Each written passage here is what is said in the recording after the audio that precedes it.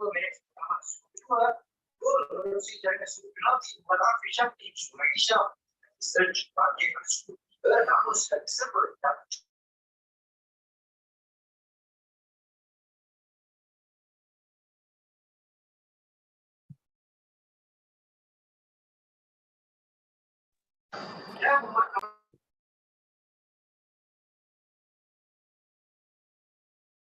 Yang tak clear.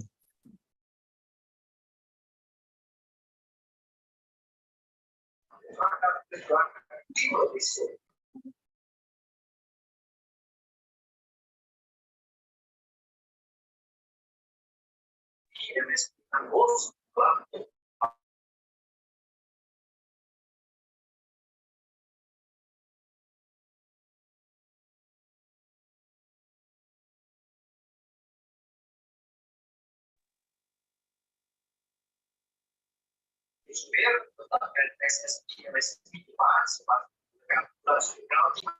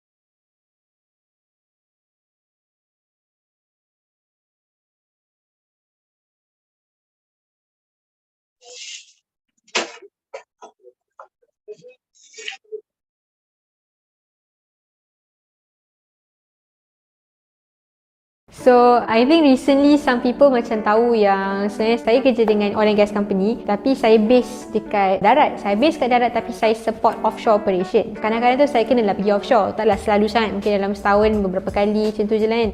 So, ramai orang tanya macam like, ada ke? Boleh perempuan pergi offshore? The feminist ini macam triggered. Macam asal tak boleh pula kan. Tapi basically boleh je. Ada perempuan yang kerja offshore. Memang taklah seramai lelaki, tapi ada perempuan kerja offshore tu. And it's not like something out of the world lah. Kalau pergi overseas, lagi ramai perempuan kerja offshore. Kalau kat Malaysia ni macam okay lah, ada tapi taklah macam banyak gila. So usually before people yang nak pergi offshore ni, dia kena ada this thing called a safety passport. So safety passport tu dia nak menunjukkan yang korang layak untuk pergi offshore and ada specific training, safety training specifically, so that kalau ada apa-apa berlaku kat offshore, korang tahu nak buat apa. Okay, so satu benda kena ada medical check up lah, biasa dah tu kan. Then kena ada satu training tau, this offshore safety training. So kalau korang nak pergi offshore, tak semesti korang kena pandai berenang. Life jacket tu ada. Tapi basically satu benda yang menarik kalau sebelum nak pergi offshore tu, ada satu training ni di mana korang akan simulate different potential, na'udzubillah, accidents yang boleh jadi kat offshore. Antaranya ialah kalau korang naik helikopter, apa jadi kalau helikopter tiba-tiba kena buat emergency landing kan. Dia ada this simulation helikopter yang korang masuk dalam tu, lepas tu nanti dia akan masukkan helikopter tu dalam air, lepas tu dia terbalikkan helikopter tu. Korang kena figure out lah macam mana nak keluar. Taklah figure out, dia ada ajar. Semuanya dia ajar teknik dia. As long as kita pay attention dan macam jangan gabra sangat, tenang, boleh je lah nak keluar daripada helikopter terbalik. Jangan risau, no hal. Offshore safety training juga ialah korang kena belajar macam kalau kena abandon platform, lompat platform tu, lepas tu nak buat apa kan? Takkan nak sorang-sorang, tolong. Kita tak nak lah macam tu. Kan kita bersatu teguh bercerai roboh. So biasanya dia akan ajar this technique where macam mana kita nak stay in a group lah. Macam kita tahu kat luar sana tu kan, ombak kan boleh jadi kuat kan. So dia ajar lah macam mana kita nak pegang orang sebelah supaya make sure kita tak terpisah dan semua orang selamat. Makan kat offshore pula, makan kat offshore macam best. Biasa kan saya tak base offshore tau, tapi kalau orang-orang yang memang base offshore, waktu dia first masuk dulu, kalau dia tak jaga, memang dia akan naik berat. Sebab makan 5 kali sehari. Makan breakfast, minum pagi, makan tengah hari, lepas tu ada makan malam, lepas tu malam nanti ada supper lagi. Memang semua terjaga. And biasa memang makanan offshore ni, tengok tempat, tapi macam tempat yang saya pergi memang sedap lah makanan dia. And seronok lah makanan dia, memang sedap. And banyak macam-macam option. Satu benda yang saya macam like wow sikit waktu saya first pergi offshore dulu, ialah cafeteria tu, kita panggil benda tu galley. Bila masuk kat galley tu, beratur makanan tu macam biasa lah. Macam kat kalau korang sekolah asrama, biasa lah tu kan. Tapi yang saya rasa macam wow tu ialah kalau kita pergi kedai runcit kan, dia ada macam fridge untuk air tu kan. Dia memang sebiji fridge air macam tu. Tapi kalau korang pergi kedai runcit, korang ambil air tu, korang kena bayar kan. Ni tak. Korang buka fridge, ambil terus caw. So, macam seronok. Rasa macam wah tak payah bayar, macam excited. Semua benda memang covered lah. Majority company memang dia akan provide you the food when you are offshore lah. Lepas tu senangnya, bestnya kerja offshore ni, Syah, you bangun pagi kan, tak payah fikir nak pakai baju apa sebab dah ada coverall. And baju tu pula dah ada orang basuhkan, ada laundry tau. Jangan main-main, you letak je baju kat luar, esok pagi baju bersih dah datang balik. Macam memang best lah kerja offshore tu. Tak payah fikir nak pakai baju apa, tak payah fikir nak basuh baju, tak payah fikir nak makan apa, tak payah fikir nak traffic jam. Kalau sekarang saya kerja office kan, memang macam ya Allah pagi-pagi nak kena lalu jam tu. Tapi macam bila kerja offshore tu bangun-bangun dah sampai office. So itu antara benda-benda yang bestnya nak kerja offshore ni. And also pengalaman and also the actual feel. Macam kalau kita belajar teori kat office semua boleh, tapi bila you sampai offshore dan you actually tengok benda tu, rasa macam wow, okay, now I understand what's going on kan. Antara benda yang macam pengalaman yang boleh mematangkan kita waktu kita kerja offshore ni ialah nak berhadapan dengan cuaca tau. Contohlah saya kan, saya nak pergi offshore, lepas tu saya dah sampai dah dekat jetty tu, okay, ready nak pergi offshore, dah pakai life jacket dah. Boleh jadi tiba-tiba korang naik boat tak boleh nak pergi ke mana sebab tiba-tiba weather teruk. Waktu tu macam okay lah, kena redha lah, plan cancel. Ada case yang patah balik ke darat, dah naik boat 6 jam, patah balik ke darat balik 6 jam sebab tak boleh nak naik ke platform sebab weather teruk sangat. Tapi ada yang lebih lucky, which is usually the case, awal-awal tu dah tahu dah, oh akan teruk weather nanti kat sana, so kita tak payah pergi lah, tunggu dulu. Pergerakan antara platform kat offshore ni pun boleh jadi satu challenge juga. Okay, so macam saya ni, saya bukan jenis yang mabuk laut tau. Kalau saya naik boat tu memang biasanya tak lah, alhamdulillah setakat ni macam tak lah mabuk, memang berapa kali dah lagi offshore okay je. Tapi pernah sekali tu baru-baru ni, perjalanan 6 jam tu saya okay, tapi perjalanan daripada satu platform ke platform yang lain, which is usually like 15 minit, yang itu yang saya macam mabuk sangat-sangat. Sebab waktu tu weather teruk bukannya hujan ke taufan ke tak, tapi ombak tu tinggi sangat. Bila ombak tu tinggi, kita dah duduk dalam boat, dia macam ni, so rasa macam pening sikit lah. Kalau korang perempuan jangan rasa korang tak boleh kerja offshore, ada je peluang untuk pergi offshore tu. Jangan ambil safety sambil lewa sebab benda simple boleh menyebabkan tragedi yang sangat besar.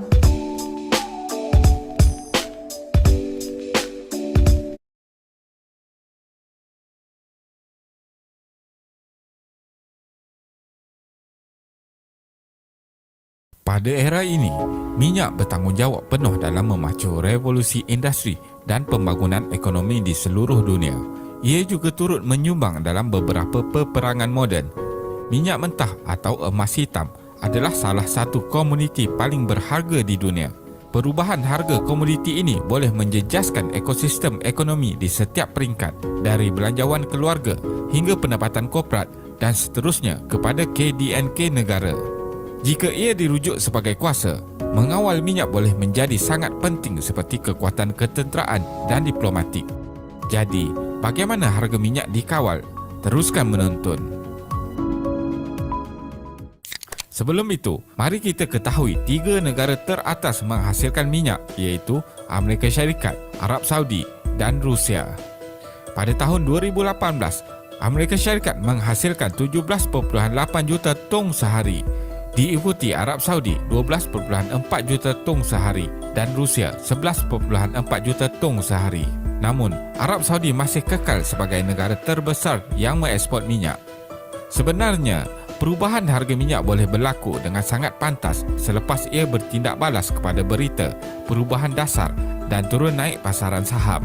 Sejak tahun 2014 lagi, harga minyak telah mengalami penurunan yang teruk dari paras tertinggi iaitu $105 setong. Pada Mac 2020, penurunan ini nampaknya berterusan disebabkan tidak balas terhadap pandemik coronavirus dan penurunan mendadak dari segi permintaan. Situasi ini bertambah buruk selepas negara pengeluar minyak gagal dalam mencapai persetujuan mengenai potongan pengeluaran. Ini menjadikan harga minyak turun kepada sekitar $30 setong. Jadi, apakah yang menyebabkan perubahan dramatik ini? Selama beberapa dekad, negara-negara pengeksport petroleum OPEC telah menjadi mastermind dalam menetapkan pengeluaran minyak untuk perdagangan di dunia, dengan negara anggota bekerjasama untuk menentukan harga dalam meningkatkan atau mengurangkan pengeluaran minyak mentah. Walaupun cengkaman OPEC dalam pasaran telah dilonggarkan beberapa tahun lalu, namun keputusannya terus memainkan peranan yang dominan. Setiap langkah yang dilakukan oleh OPEC dilihat oleh kerajaan, syarikat minyak, spekulasi, pelabur, peniaga dan pengguna. Sebenarnya, dasar-dasar OPEC dipengaruhi oleh perkembangan geopolitik. beberapa pengeluaran minyak yang terkemuka di dunia kelihatan tidak stabil atau polisinya bertentangan dengan barat, seperti isu-isu yang berkaitan dengan keganasan atau pematuhan dengan undang-undang antarabangsa. Ada yang menghadapi sekatan oleh Amerika Syarikat dan Pertubuhan Bangsa-Bangsa Bersatu. Pada masa lalu, gangguan bekalan yang dicetuskan oleh peristiwa politik telah menyebabkan harga minyak beralih secara drastik, seperti revolusi Iran, perang Iran-Iraq, embargo minyak Arab dan perang Teluk. Krisis kewangan Asia dan krisis ekonomi global 2007-2008 juga turut memainkan peranan turun naik minyak. Faktor lain adalah pengaruh permintaan minyak, termasuk pengangkutan komersial dan peribadi, pertumbuhan penduduk dan perubahan bermusim. Kesimpulannya, minyak telah lama menjadi enjin ekonomi kepada dunia, walaupun banyak negara yang sedang tercari-cari sumber alternatif lain untuk menggantikannya. Sangat sukar untuk dibayangkan dunia tanpa minyak. Namun buat masa ini, syarikat-syarikat minyak dan negara-negara yang kaya dengan minyak pasti akan mengalami penurunan mendadak dalam harga minyak mentah. Akhir sekali, mungkin menjadi persoalan untuk semua, berapa banyak minyak mentah yang masih ada lagi di dunia. Terima kasih kerana menonton dan jangan lupa subscribe. Jumpa lagi.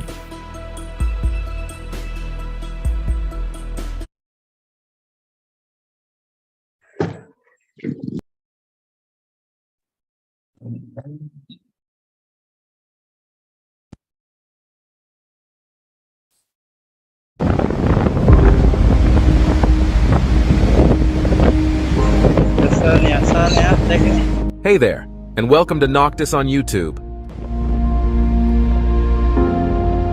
Offshore oil rigs, floating cities in the middle of the ocean, never sleeping cities towering above passing ships, working silently 24 hours non-stop for 7 days, carrying out their tasks far away from the nearest shore.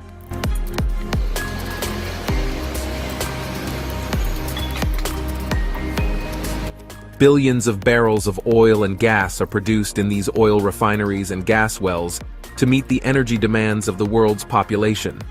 The oil industry is the center of the world's economy, and even a slight change in crude oil prices can have a significant impact on all countries. But have you ever wondered about the lifestyle and daily routine of the people who live and work on offshore oil rigs? While you may have heard that life on these amazing floating platforms is fascinating, there are several things you might not know. First of all, it's important to note that life on an oil rig is not luxurious. In fact, it's a place where people's lives are at stake every day they work. Although this may sound a bit exaggerated, the truth is that life and work on offshore oil rigs are both extremely challenging and unsafe. Let's take a look at the dangerous daily routine of a worker on an offshore oil rig. For the past 500 years, the demand for oil has exceeded the available supply. In addition to collecting oil from underground pipelines and oil wells on land, oil companies began to explore deeper waters and develop drilling rigs to extract crude oil from the seabed using hydraulic machines. One of the first places where offshore oil drilling was done was in the Gulf of Mexico. News of this discovery spread, and new fields were discovered in various waters, including Scotland and the North Sea. Why has crude oil and offshore oil rigs become so important to the world today? Most equipment today still relies on conventional energy methods that use fossil fuels. And burning fossil fuels can power factories, industries, vehicles, homes, and more. Environmentally friendly alternative energies, such as wind, water, and solar energy, are currently less efficient than fossil fuels. However, there are consequences to using fossil fuels, as they produce greenhouse gas emissions that impact global climate change. Despite this, the crude oil industry and offshore oil rigs remain the top choice due to their efficiency of use. Another reason why offshore oil rigs are so important is the effect of land drilling. To maintain these project operations, large plots of land are required, which can reduce the land available for the growing human population. Working and living in offshore oil rigs is a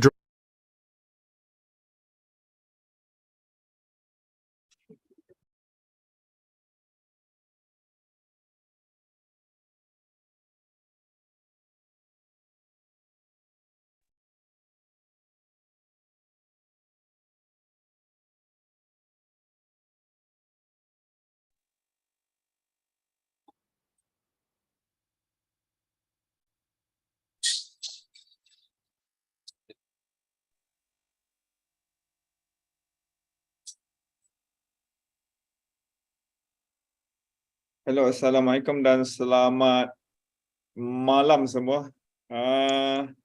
Selamat malam. Selamat malam semua. Okey. Kita berjumpa lagi. Waalaikumsalam. Selamat malam. Terima kasih. Kita berjumpa lagi untuk podcast kita 2.0 kali ni. Ini mungkin podcast yang kedua buat OGM, Oil and Gas Meta. Macam biasa, host dia adalah saya. Okey.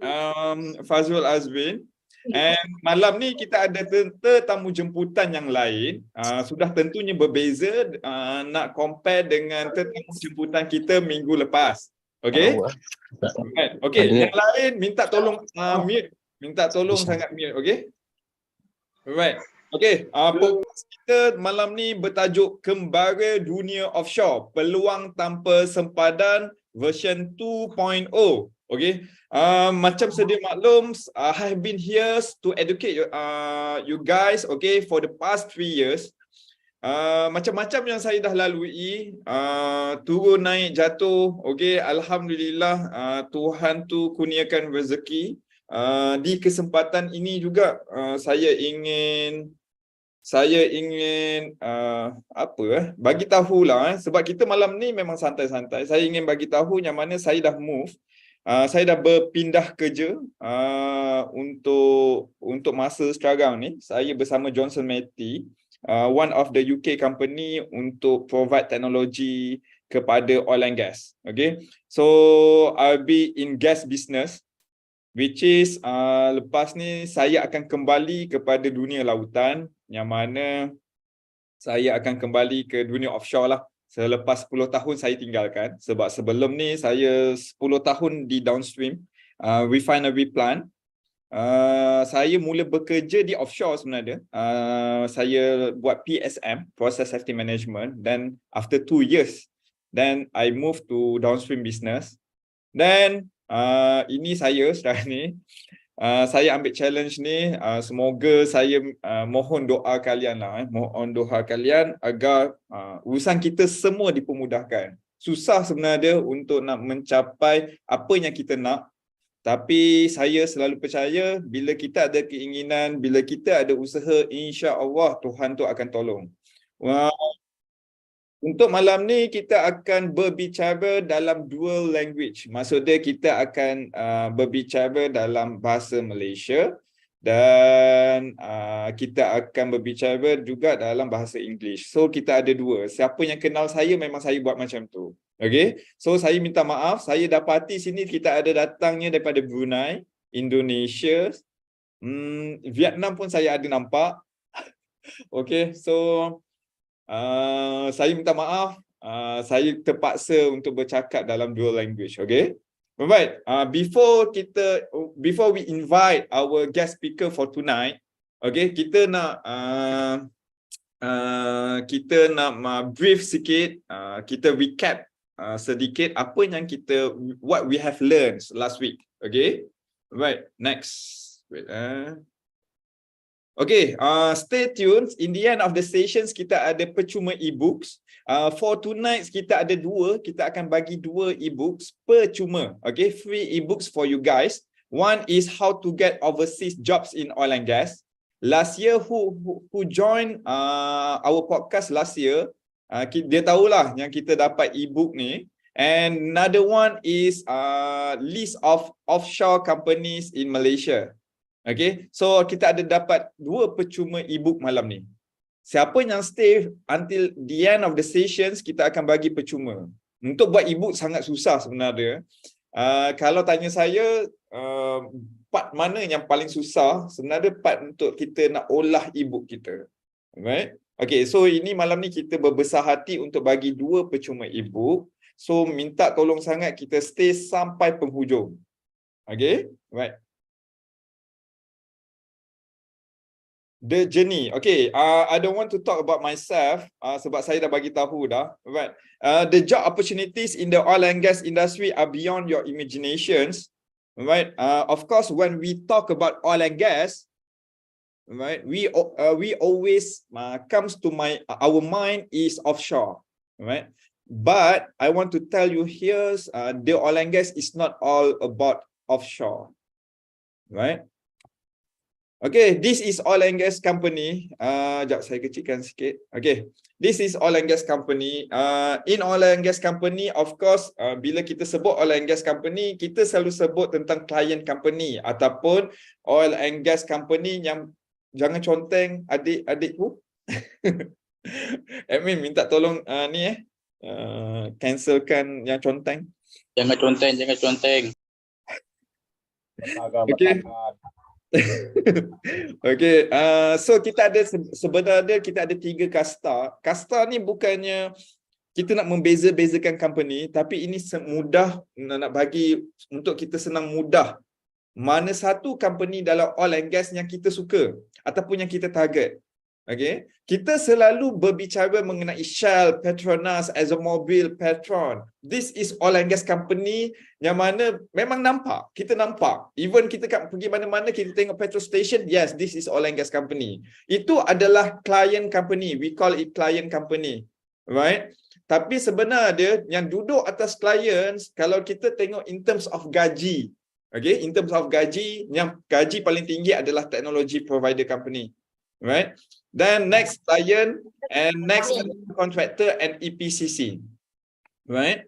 Ini adalah contoh senarai nama. Ini adalah minta tolong mute ya. Right? This is upstream. Upstream, so what is upstream all about is discovery and productions of oil and natural gas. Midstream adalah transportations of oil and natural gas via underwater pipe or tanker. And the last one is downstream. Refine oil and natural gas to petroleum products and distribute to end user. Right? This is definitions for each sector of oil and gas. Right? This is supply chains. Malam ni memang kita akan fokus on explorations and productions di offshore. Okay? Sama juga macam ni, apa yang kita fokus untuk malam ni adalah upstreams only. Right? Okay, ini adalah contoh-contoh nama company yang sering terlibat dalam as a technology provider. Alright, in oil and gas. So kita biasa tengok Schlumberger, Halliburton, Honeywell, Haldo Topsoe, Essence, Baker Hughes, Technip, FMC, Jacobs, Lamas, Yokogawa, Accenture, Chevron, Johnson Matthey. Okay, this is technology provider company. Alright. So biasanya ini kita panggil MNC, multinational company, yang mana dia ada HQ satu di origin country dan dia operate kat the whole world. Okay, globally. Cuma itulah the staff mungkin tak ramai dalam each country tu. Okay, so this is client company. Saya tak nak sebut sebab kita semua tahu client company. Ini adalah EPCC and what we call contractor company. And of course kita ada juga subcontractor company. Ini adalah company-company yang terbaik untuk kamu mulakan langkah dalam oil and gas. Right? Tak salah untuk kita bercita-cita after kita study, kita nak terus lompat pergi ke Petronas, Shell or technology provider company. But kalau tak dapat ataupun tak ada apa-apa feedback, kita kena mulakan langkah dengan contractor company terlebih dahulu untuk menimba pengalaman, to gain experience as much as we can. Right? This is subcontractor company. Alright? Okay. Jom kita kenal terlebih dahulu guest speaker. Saya ingin menjemput guest speaker kita malam ni. Saya berhenti ni dulu, stop share. Okay. Saya ingin menjemput Tuan Farizul Abu Bakar, Senior Instrument Engineer. Okay, saya terlebih dahulu saya minta maaf, guest speaker kita yang original untuk malam ni dia ada emergency. So saya terpaksa untuk menggantikan Tuan Farizul. Saya sangat berbesar hati kerana Tuan Farizul sukacitanya menerima pelawaan kami. Walaupun last minute. Itu yang saya sangat-sangat bersyukur malam ni. Terlebih dahulu, Assalamualaikum dan selamat datang Tuan Farizul di podcast kita untuk malam ni. Waalaikumsalam warahmatullahi wabarakatuh. Thank you. Dapat dengar ke? Dapat dengar suara saya dengan jelas ke? Very clear. Okey, alhamdulillah, alhamdulillah. Okey. Terlebih dahulu kita tanpa membuang masa, Tuan Fafizul, boleh tak Encik untuk kenalkan diri terlebih dahulu, sebab kalau saya ada stok tadi, saya sempat juga stok Tuan Fafizul. Memang banyak pengalaman and pernah juga bekerja dengan Petronas. Yes, correct. Now di company freelance. Saya difahamkan buat freelance. Betul. Betul? I'm doing freelance right now. Yeah. Okay. Can you just introduce yourself a little bit and especially on your work experience, sebab kita nak kenal kan? Tak kenal maka tak cinta. So sebelum kita going ahead, so minta tolong introduce. Terima kasih. Okay. Assalamualaikum warahmatullahi wabarakatuh and good evening everyone. So my name is Farizul. I am 34 years old. Currently, I'm having about 10 years working experience, specifically in oil and gas business, combined upstream and downstream. And I am currently working with one of design consultant company. Macam tadi, Cik Faizrul ada bagi tahu pasal client, service provider and also EPCC contractor, right? Okay, so saya sekarang berada dalam EPCC punya contractor company. Specifically in design consultant, Woli, nama dia Woli, previously known as a Woli person. So I'm having 10 years experience, 7 years experience coming from design consultant, and then 3 years experience when I was in 2019 and until 2022. I was in the Petronas refinery, PPM, Petronas Penapisan Melaka. Okay, so that is the summary of my experience. Oh, Petronas Penapisan Melaka saya pun sama juga. Tahun bila tu? Tahun 2019 sampai 2022. Oh, okey, saya dah tak ada dah. Saya 2012 sampai 2015. Okey, 2012 saya pun tak start kerja lagi. Alright. Okay, alhamdulillah, Tuan Faizul. Okay, the first questions into our podcast, kita nak berbicara mengenai Zoom kita, fokus kita pada malam ni adalah upstream business. Okay, so people want to know about the occupations available in upstream business. What is upstream all about? And yalah, bila sebut upstream kita selalu kaitkan dia dengan offshore, dan occupations tu kita masih tak clear. Ramai lagi antara kita ni masih tak clear sebenarnya macam mana offshore tu berfungsi. Apa itu tugas EPCC, client company di offshore tersebut. Boleh tak Tuan Farizul cerita sikit berkenaan occupations yang available di offshore or upstream business? Okay, just before that, let me be clear, right?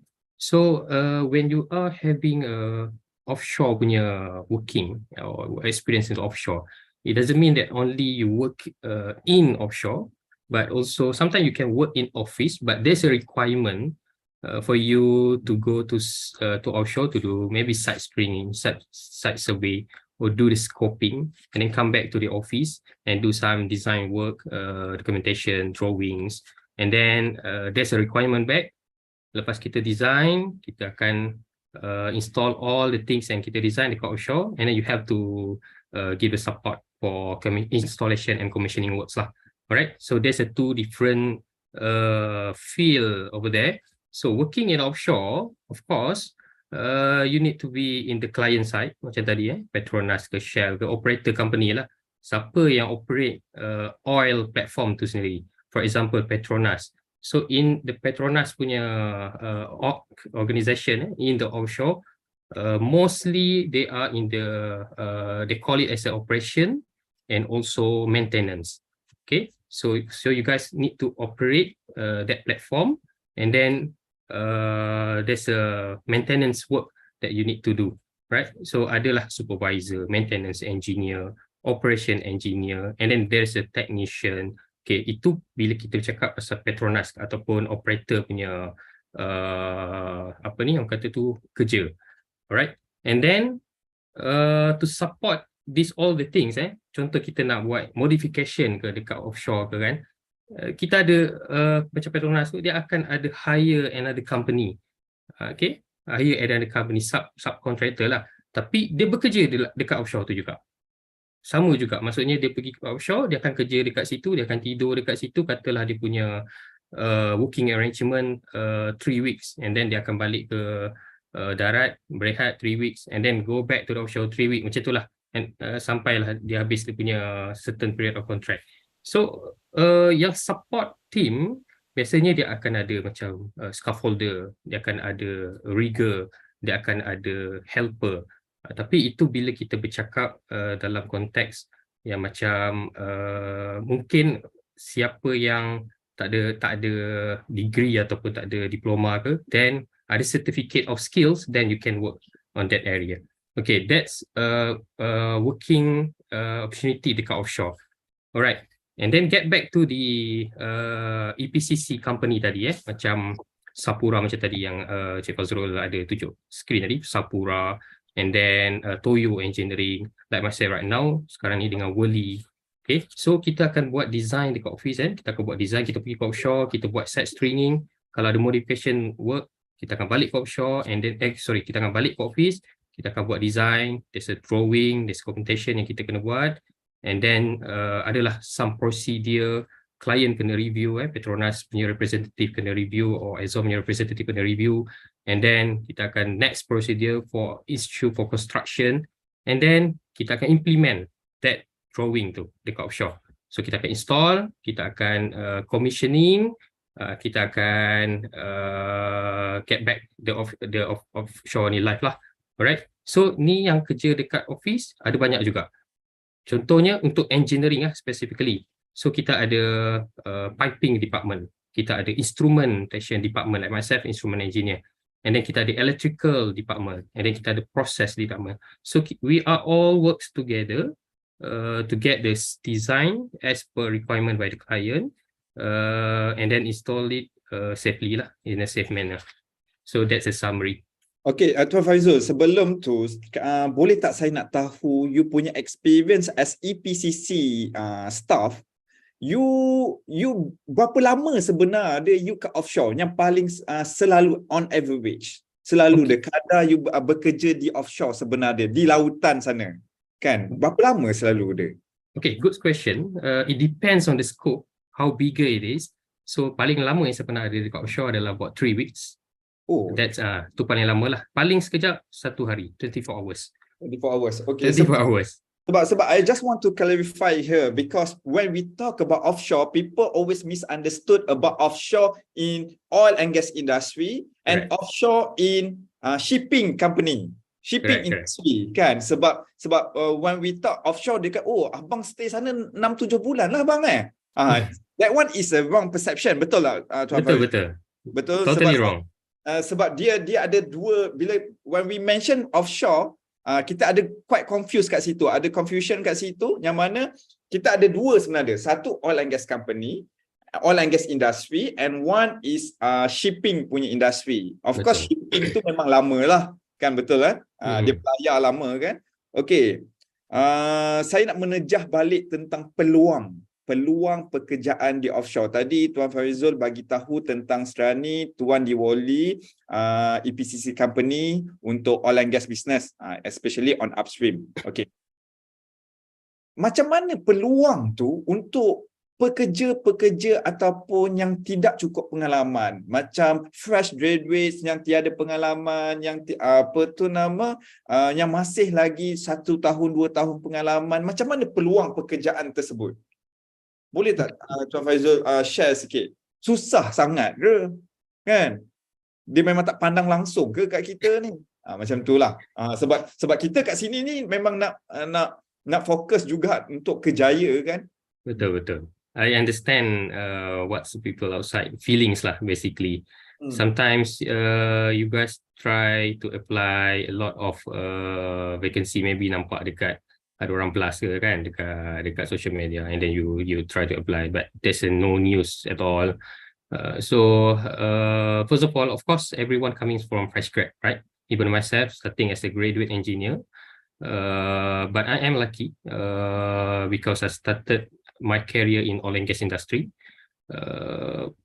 my advice is just to build your network. Macam apa yang you guys buat sekarang ni is totally right. I can be your network lepas ni, and then Mr. Fazrul pun boleh jadi your network lepas ni, right? So just follow Mr. Fazrul kan, follow kat dia punya social media, and then if let's say there's a vacancy, of course Mr. Fazrul akan blast, kan? So that is one of the things lah, networking is very important. Macam sekarang compared to old days yang susah sikit, sekarang lagi senang because you can just simply get your network in, for example LinkedIn, right? I think that's the first step that you need to do to sign up your account in the LinkedIn lah, because that is a very broad of network you can get from there. Okay, and then step number 2, whatever in the plates that you are in, just go for it. Tak apa, tak masuk oil and gas in the first 2 years after grad pun, it's okay. Just go whatever opportunity that came in front of you, because you never know, right? Maybe masuk dekat company A ni non oil and gas, maybe abang dia, you kenal ke abang dia ke kakak dia in the oil and gas industry, so that is your network. At the same time, jangan lupalah untuk just kembangkan lagi network dekat LinkedIn, dekat masuk dalam channel macam ni, and then kat sini lah kadang-kadang kita share how macam mana kita nak penetrate dalam oil and gas industry. And then let me just share one of the experience. Macam saya join Petronas after 5 years of working. Masa mula-mula saya masuk kerja, of course kita akan minta dekat Petronas punya career, kita akan minta apply dalam tu, and then after 5 years baru I've been calling for the interview, right? So imagine that. So jangan putus asa, buka satu website, katalah nak join klien punya company, Exxon ke Petronas, just open it and deposit your resume inside it. Okay?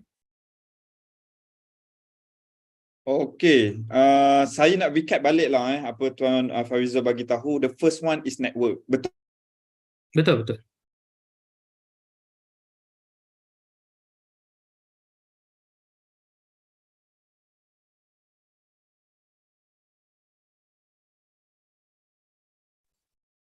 Dengar ke saya? Tadi breaking, now okay. Okay, now okay Okay. Alright. Dia ada salah faham. Dia kata bang, nak masuk oil and gas ni kena ada kabel bang, baru kan. That's the wrong punya apa tu perception sebenarnya. When you want to join oil and gas, macam mana pun kabel you kena fulfill all the requirements needed.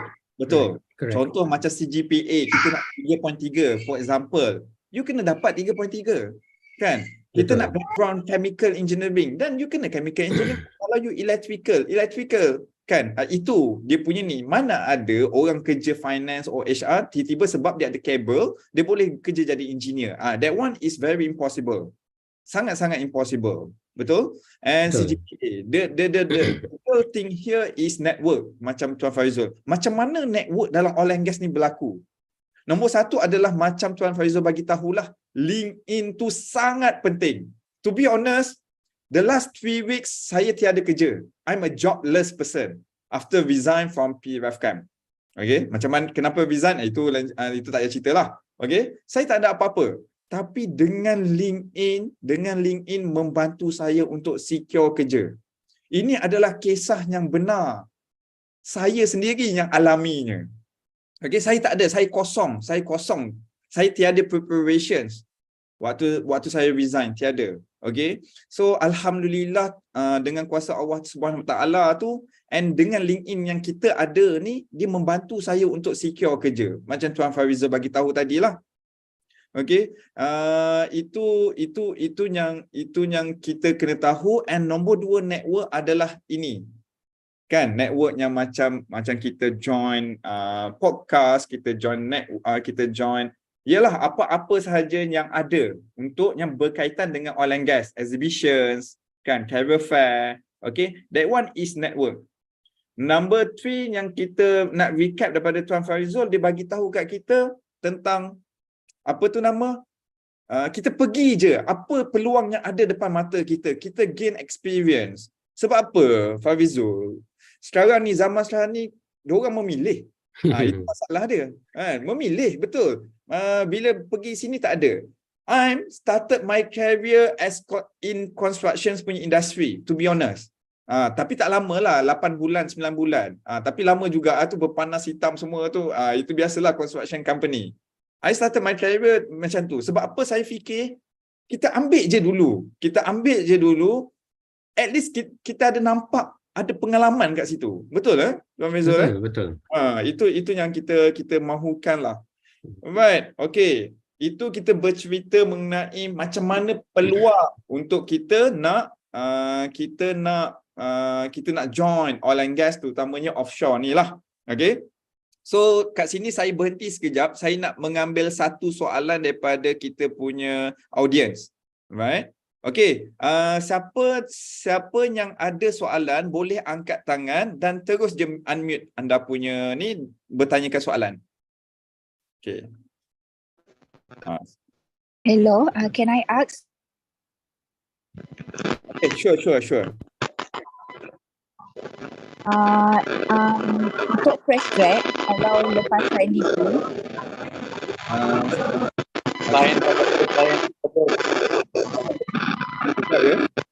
yang lain minta tolong mute sekejap boleh? Kita bagi peluang kepada tadi siapa? saya ke? Ya betul, Syafinas. Okey, Syafinas. Okey, teruskan Syafinas. Kalau untuk lepasan degree, contohlah kalau macam saya dapat peluang untuk further my untuk dapatkan gain experience from GIS, is it macam lepas 1 year, kalau saya nak masuk industri field back, dia akan consider that GIS punya term as experience dalam industri ataupun just as macam kita punya training je macam tu? Sebab some company I refer dekat LinkedIn, diorang cakap kalau GIS punya program macam tak confirm kita kerja, is just macam intern macam tu saja. From perspectives of encik berdua, macam mana? Saya bagi soalan ni kepada Tuan Farizul lah. Okay, Syafinas, macam saya cakap tadi, if you got the opportunity, just go for it. Okay, this is my experience. Okay, when I was in the Petronas, there's one ladies lah, so-called we appointed as a GIS ni. And then of course, the scope of work GIS, walaupun you consider as a engineer, of course the scope of work may be more to assist the permanent staff at the Petronas line inside there. But after 1 year, after I left the company lah, basically, coming to surprise that she's got the permanent position in the Petronas Melaka, but different department lah. Tapi nak bagi tahu, when you go there, apa yang kita boleh dapat dekat situ? Apa yang sebut tadi? Network. So just go there first. It's okay. Just ignore whatever people say about the bad things about GIS. But there's a good thing. This is based on my experience. There's one of our colleague ladies, dia dapat masuk jadi Petronas punya permanent staff. So whatever in your plate, just go for it lah, Syafinas. Okay, thank you. Alright.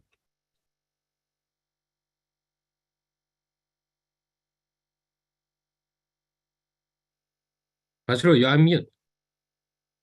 Okay, kita buka kepada Atif Daniel. Atif Daniel daripada tadi dia angkat tangan. Okay, Atif Daniel, tolong unmute dan ask question, please. Dengar tak? Dengar. Okay, nama saya Muhammad Atif Daniel. So I have a question to Mr. Farizul. This question is for myself because I'm a fresh graduate. Mr. Farizul, I want to get your opinion. How can I prepare myself as a fresh graduate student? Because I'm not from oil and gas background. I'm from mechanical and engineering automotive study. So because I don't have any experience, and how can I pinpoint in my resume about myself? Because I'm from another background. So I want to convince the employer about myself. So maybe you got some opinions, how to state in resume, and how can we convince ourselves, not ourselves, the company, because we are fresh graduates. That's it. Alright, thank you Atif. Farizul, dia tanya tentang fresh graduates. Saya faham ni, ini adalah mechanical engineering tapi automotive. So maksud dia punya background tu dia tak align dengan oil and gas punya requirement, tapi dia nak still juga bekerja kat oil and gas industry. Boleh tak Farizul explain sikit? Okay, good question from Atif. To be frank, Atif, this is based on my experience. After 10 years of working, I met a lot of people. I met experienced people. I met fresh graduate people. Sometimes when we talk, course of background pun dia tak ada yang bekerja dalam oil and gas. Tapi when I go further, dia punya study background is sometimes they're coming from non oil and gas punya structure lah, basically macam tapi Atif tadi mechanical, automotive, ada je yang masuk dalam dapat penetrate dalam oil and gas punya company. So basically Atif nak tanya dah kerja ke, dah start kerja ke belum lagi sebenarnya? Not yet, but I'm applying under what we call automotive company actually. Still, okay. Not yet get the job because it was 2 months. I got my certificate. I was graduate. Mm-hmm. So right now I'm applying the company. The job, and then yeah, that's it. Okay, what I'm trying to say, regardless of your background, just try to apply as many as possible. Like Mr. Fazrul said just now, go to the career fair, and then you will see sometimes maybe there's a relationship related between your background with the requirement in oil and gas industry. And then you can go also to this pernah dengar tak oil and gas punya exhibition OGA? Pernah dengar tak? Atif pernah dengar tak? Tak pernah. Okay, alright. So this coming September, boleh check lah, OGA. So there's a oil and gas punya exhibition. Maybe you can go there, and then you can have a better picture apa yang Atif boleh go to which company, and then maybe boleh pergi satu-satu to ask what exactly that they are doing, and then based on your study background you can relate which one is the more closer lah. Alright, at the same time just boleh mantapkan lagi resume, tak apa, just belajar daripada mana-mana sekarang you can do a Google a lot of things. It doesn't matter, sometimes it doesn't matter because you still in the mechanical background, because in oil and gas industry, especially for example in design punya consultant, there is a mechanical punya department. Okay, we understand that from fresh graduate, maybe walaupun kita belajar banyak 3 years, but then trust me, bila kita bekerja, apa yang kita belajar tu is really, huge gap. Banyak benda yang sebenarnya yang kita tak cover masa kita belajar. Okay, so as a fresh grad tu, jangan rasa macam down because of your niche punya background tu. So at least you still have mechanical at your certificate, right? So just go for any mechanical punya ni. Alright, so because of fresh grad, macam saya cakap tadi, because of you are fresh grad, you don't have any experience. Of course, even somebody with mechanical engineering background, he or she also doesn't have an experience, right?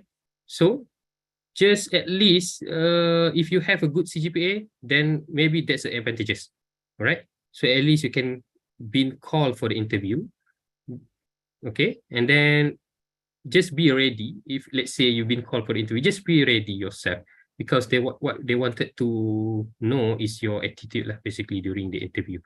All right, regardless of your background. Just Well, Faizul, I just want to add another lah on top of Zul. That one is a good advice. Betul. Kita sebenarnya nothing is impossible here. Asalkan kita punya usaha kita tu berbaloi. Macam Tuan Faizul bagi tahu, apply as many as possible kan? Macam mana kan? Ada satu tu dia kata dia mengeluh kat saya, Faizul. Dia cakap saya ni dah 4 bulan menganggur bang. Tak ada satu pun orang panggil saya interview bang. Saya dah apply kerja dah bang banyak. Oh ya ke dah banyak? Oh dah banyak ke apply kerja? Dah banyak bang. Berapa? Adalah bang 5-6 company saya apply. Dalam 4 bulan dia apply 5-6 company dengan menggunakan online. Dia menggunakan online je 5-6 company. Faizul rasa itu adalah usahanya banyak ke tu? 5-6 company sahaja 4-5 bulan. Well, what I can say memang tak banyak lah. Memang tak banyak lah kan. That's the thing. Usaha tu kena ada. Cuma saya nak tambah, kalau nampak kita punya CGPA kita agak kurang memuaskan ataupun kita punya background tu macam lari sikit daripada apa yang diperlukan, apa yang kita perlu buat dalam resume kita adalah kita kena ambil kursus oil and gas. Contoh macam Nayosh ada ambil OJSP kan, OJSP. Ambil lah OJSP kan. Kita ambil additional technical punya knowledge ataupun courses in oil and gas related dengan oil and gas. Kenapa benda ni perlu ada? Bila kita ada letak resume kita courses of oil and gas, tak kisahlah apa-apa pun, oil and gas, OGSP, working at height ataupun permit to work kan, the basic one, fundamental of oil and gas. Recruiter nampak yang kita ni memang betul-betul ada passion, memang betul-betul ada minat. Walaupun pengalaman kita tak ada, tapi dia tahu yang kita ni memang minat nak join oil and gas. Itu dia punya, apa kita panggil, first impression. Betul tak Faizul? Betul, kan? betul. Itu penting untuk kita letak dekat resume kita. Right? Okay, terima kasih. Saya Boleh tambah sikit tadi. Boleh. Sikit je. Alright. Atif, what Mr. Fazrul said just now is totally right. Just do some invest sikit lah, alright, to get this certificate, and then this will differentiate you from others lah. Even though somebody with having a mechanical for and gas punya background, but if you do have the certificate, right certificate for offshore, definitely they will call you for the interview. Trust me. And then just now, bila kita kata to apply as many as possible, let me just share masa saya graduate. We are not talking about 5 to 6, we're talking about 100, above 100, okay? Yes, exactly. Alright. Saya dulu hantar email, buka satu-satu company, hantar email, and then call, ada tak kosong, and then bercakap dengan orang yang betul, and then saya hantar email. That's what we call to apply as many as possible, alright? Betul tu. Thank you Fazul. Okay. Soalan makin panas sebab bila podcast ni kita nak berbincang kita berdua, tapi tengok tu orang nampak ramai orang kat tangan. Itulah. Okay, saya daripada sini saya berminat dengan TC Kai. Okay, muka dia punya profile picture macam navy. Okay, TC Kai boleh tak unmute lepas tu cakap? Okay, thank you. Okay, Assalamualaikum, selamat malam. Okay, saya TC Khairul. Boleh dengar ke? Boleh. Okay. Saya pesara TLDM, berkhidmat dalam 24 tahun. Saya punya background mechanical marine, lebih kepada technician marine corporation, dan juga damage control firefighting. So saya memang selepas pencen tu saya memang ada berminat untuk join oil and gas ni, tapi tak ada bimbingan dan juga orang kata tak ada network lah. So macam mana tu? Macam saya sebagai pesara, background technical tu untuk join oil and gas. Saya tertarik juga macam tuan cakap tadi, macam kita kena pergi kursus OGSP at least sebagai platform kan. So macam mana tuan?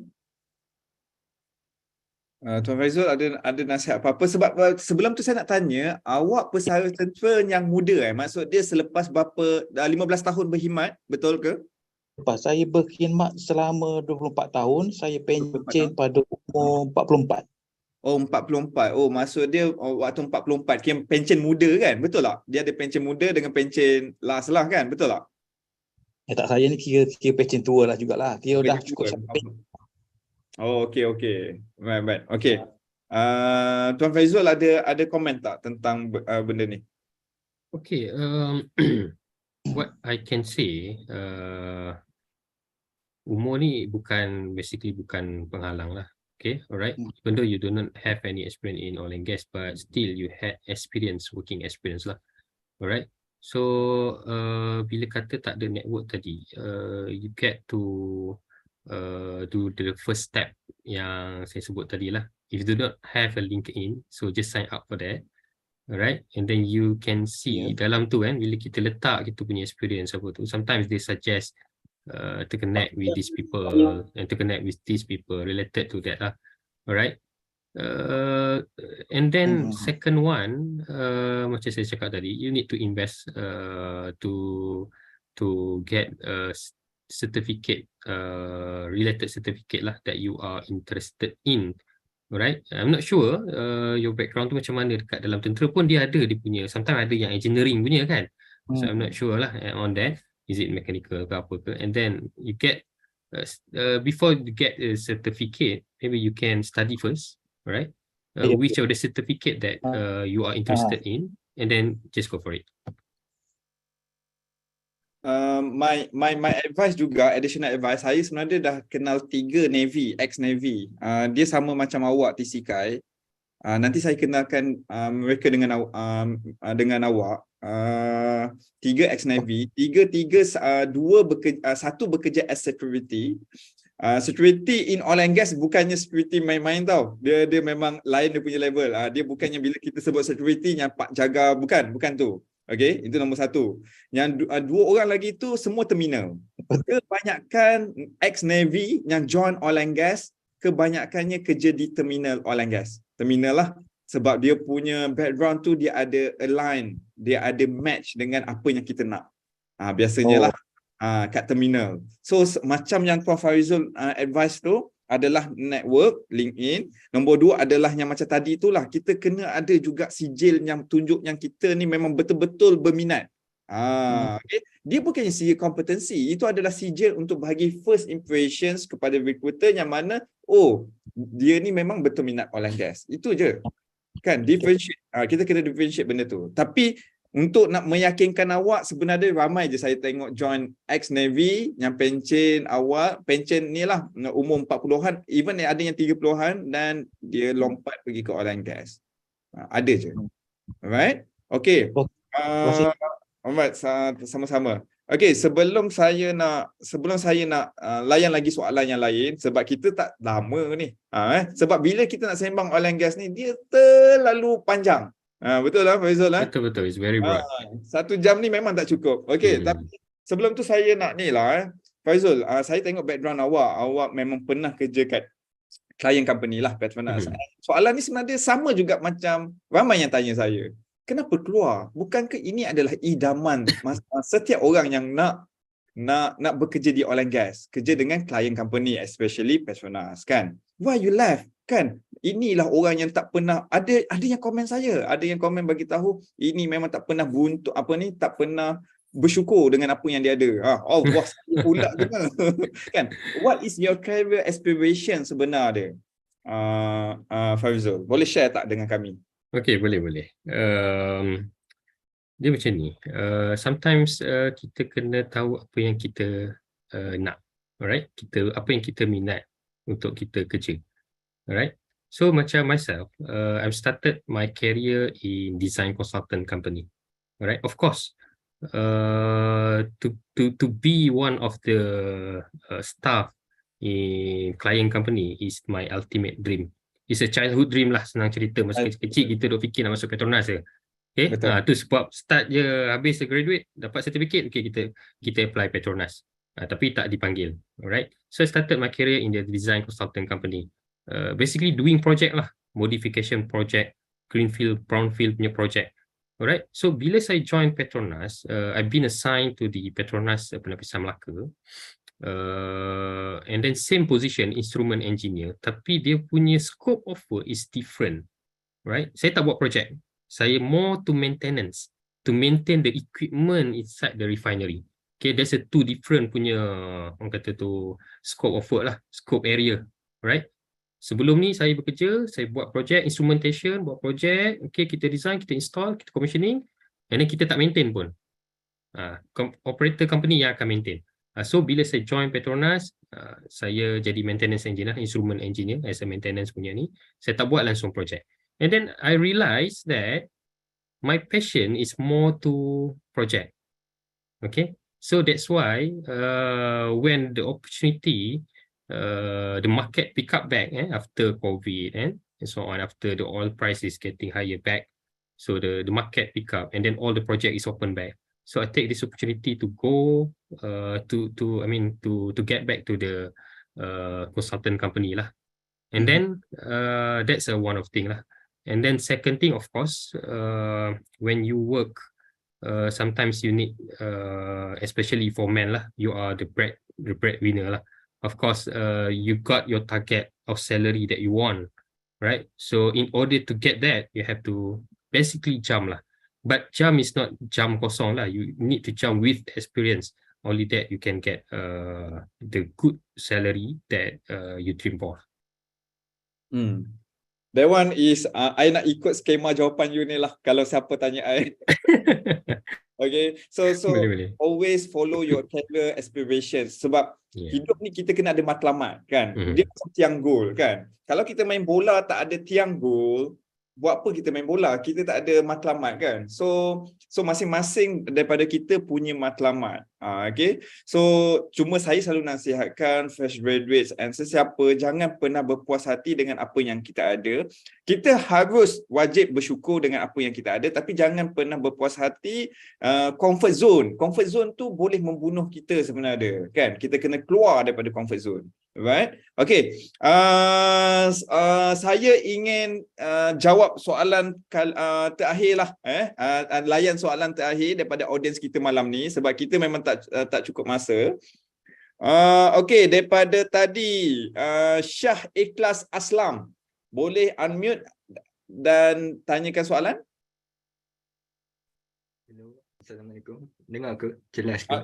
Dapat dengar, jelas. Baiklah, soalan pendek je daripada saya. Baik, berkaitan offshore, katakanlah saya gagal untuk medical offshore sebab mata sebelah kanan rabun yang tak dapat membaca walaupun saya duduk dekat sekalipun. Tak pernah lagi mohon untuk medical offshore tapi minat sangat nak kerja dengan drilling company. Perlukah saya beralih ke bidang yang di onshore selain daripada kerja offshore, ataupun ada loophole yang masih boleh saya masuk dalam offshore ni? Sekian, terima kasih. Okey, dia bertanya tentang Faizal tentang requirement kan. Requirement memang betul, oil and gas ni memang dia punya medical requirement sangat ketat. Sangat ketat kan. Tak kisahlah offshore ke onshore ke. Cuma dalam kes dia ni dia rabun sahaja. Rabun teruk kan. Tapi kalau rabun yang boleh pakai spek, sebenarnya tak ada masalah sebenarnya bagi saya. Betul Faizal?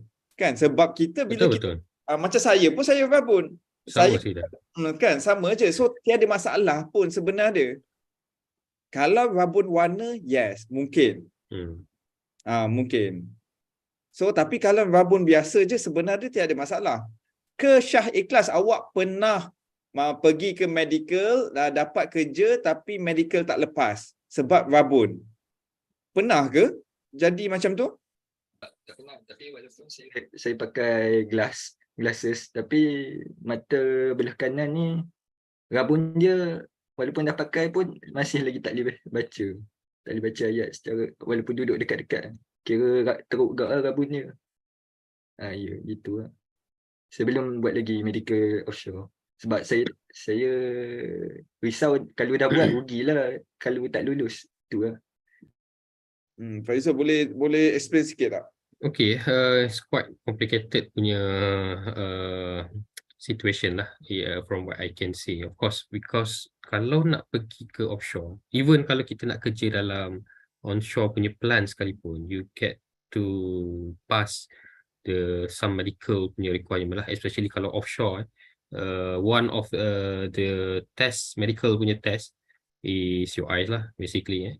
So it's hard kalau pakai spek pun still rabun. Then you need some luck lah on that. Basically, I'm not sure whether you can pass the medical test or not unless you go.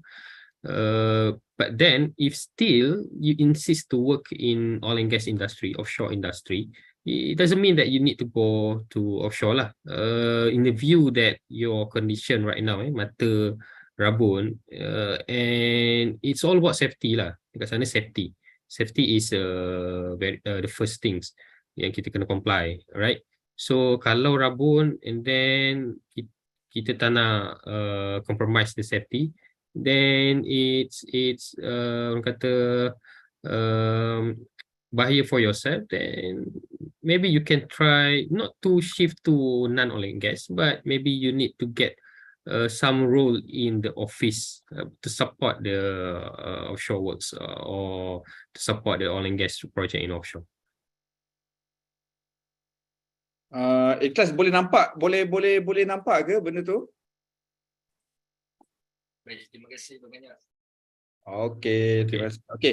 Okeylah, saya nak jawab lagi satu soalan lah daripada asyik lelaki je bagi perempuan lah daripada tadi kan.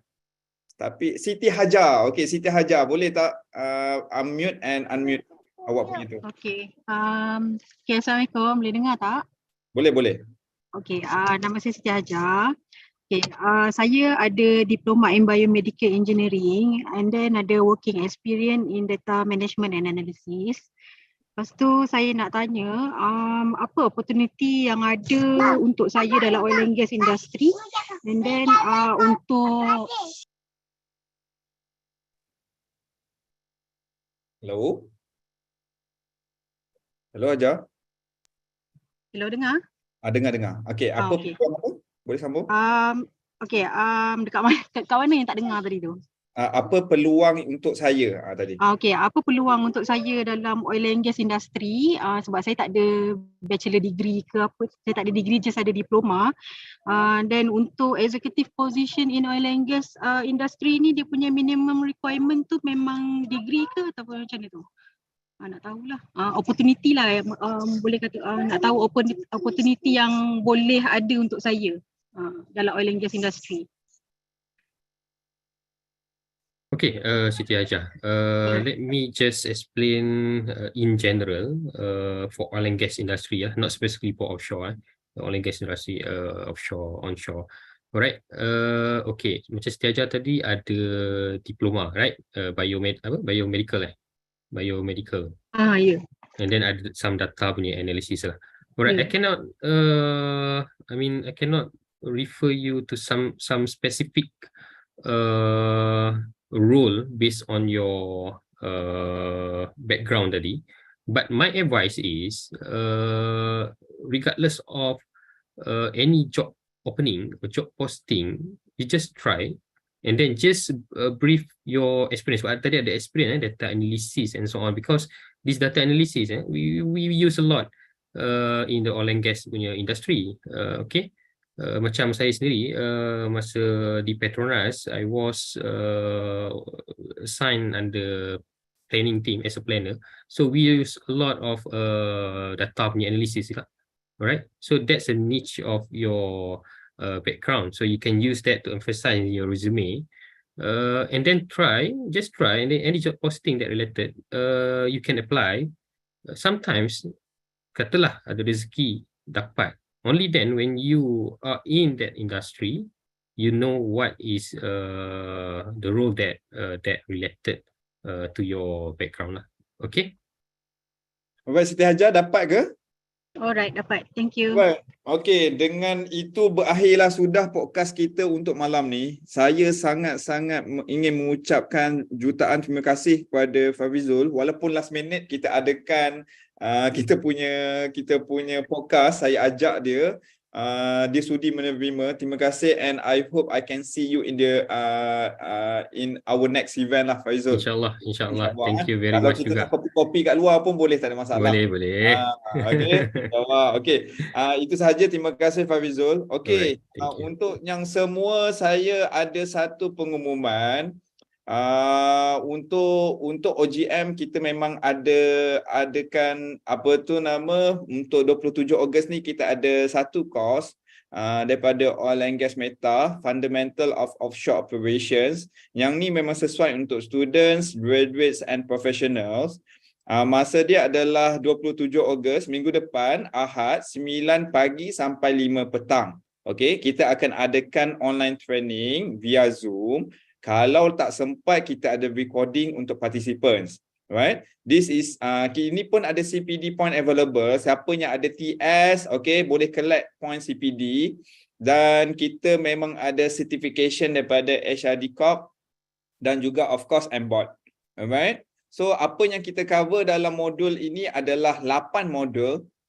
Number 1 adalah Introductions to Offshore Operations. Number 2, Offshore Drilling Rig Operations. Number 3, kita ada Offshore Productions Operations. Number 4, Constructions and Installations. Number 5, HSE. Number 6, Offshore Integrity and Maintenance. Number 7, Offshore Project Management and Cost Control. And number 8, Future Trends in Offshore Operations. So banyak cover. And kita punya trainer pun ada dalam 5 ke 6 orang. So yang trainer kita pun yang berpengalaman. Right? Sangat-sangat berpengalaman.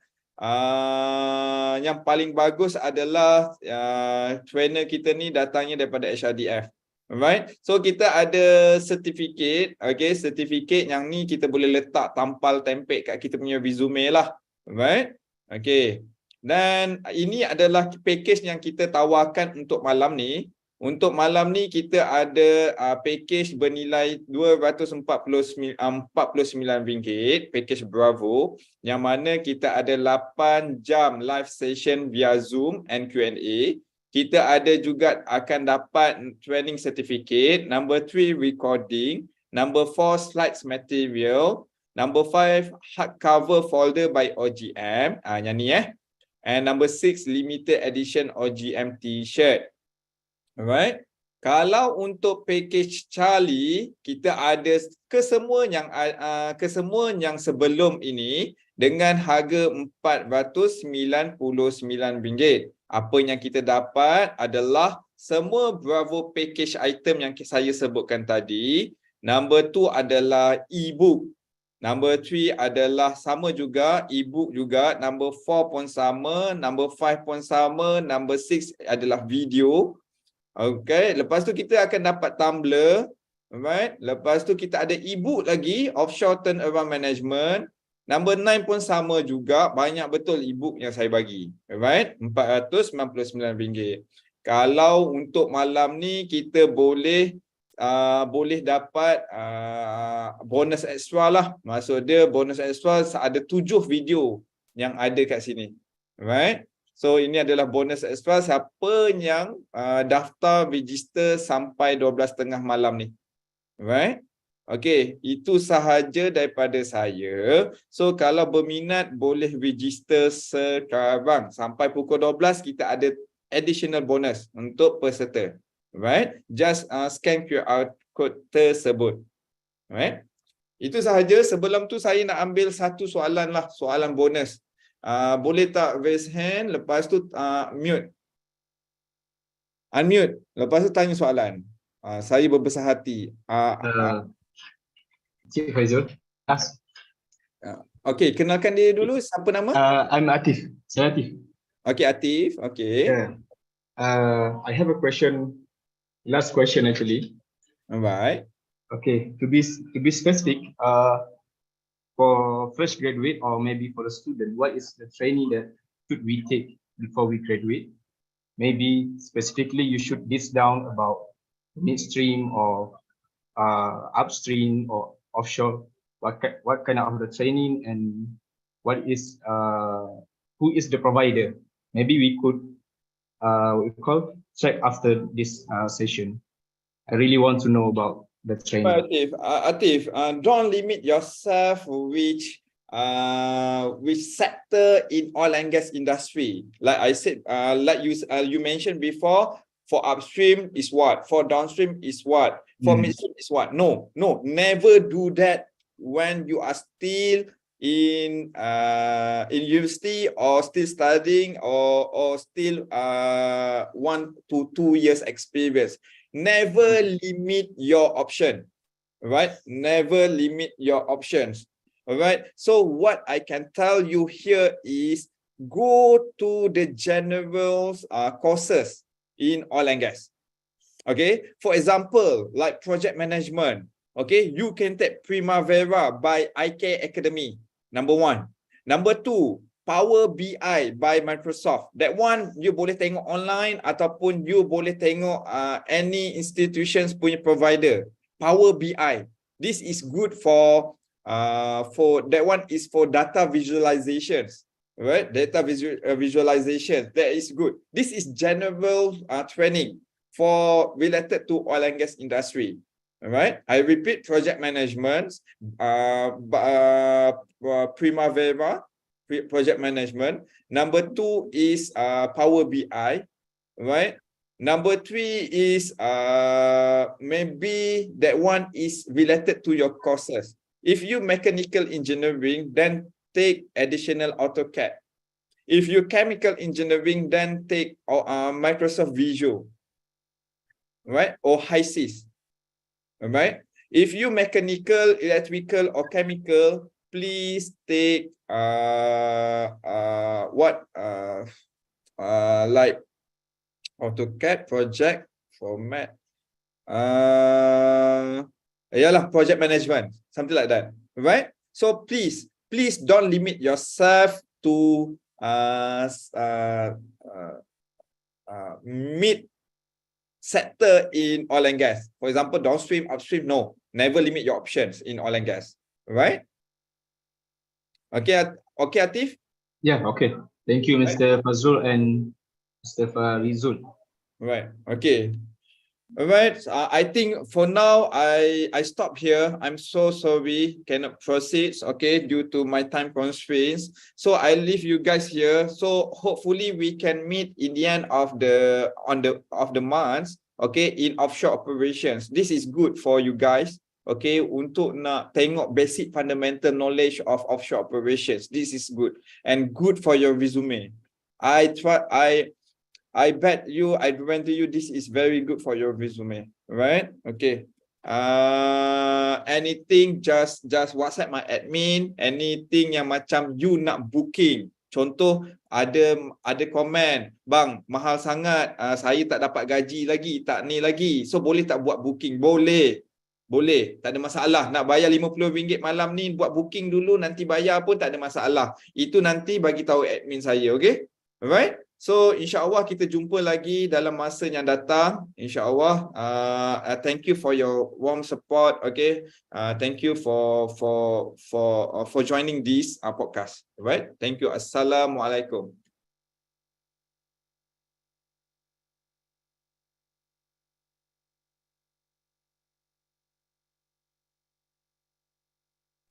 Thank you, sir.